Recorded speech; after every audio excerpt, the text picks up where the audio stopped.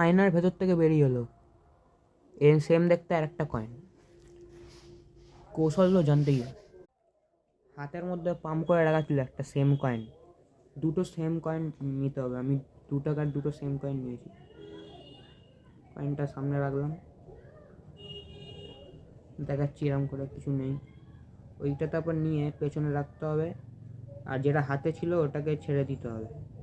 এই যে ছেড়ে দিয়ে যাবো, যেটা সামনে ছিল ওটা নিয়ে দুটোর এক যে কোনো একটা করলেই যাবে, মানে একটা পেছনে রাখতে হবে, একটা সামনে নিতে হবে। এই যে আয়নাটা সরাচ্ছেন এরকম করে, ব্যাস দুটো চলে আসছে।